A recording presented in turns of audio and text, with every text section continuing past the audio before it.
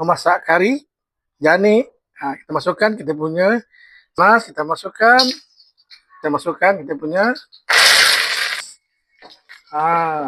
kita goreng di blender tadi.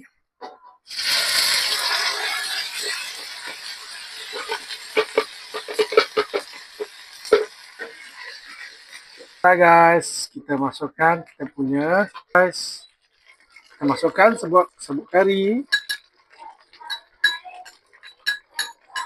Kita kacau. Kalau kita nak buat paste pun boleh juga guys. Oke guys, stay tune.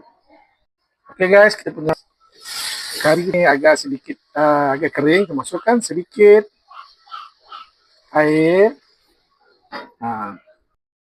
Punya air supaya betul-betul guys.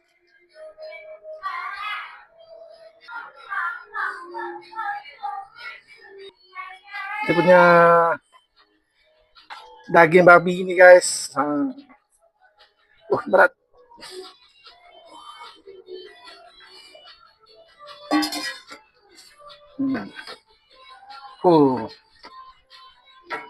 Ini cara saya masak kari babi pekat.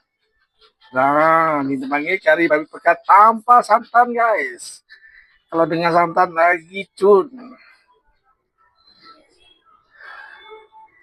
Oke, stay tune. Oke guys, saya nak hidangkan saya punya kari. Oke guys, ini dia saya punya kari.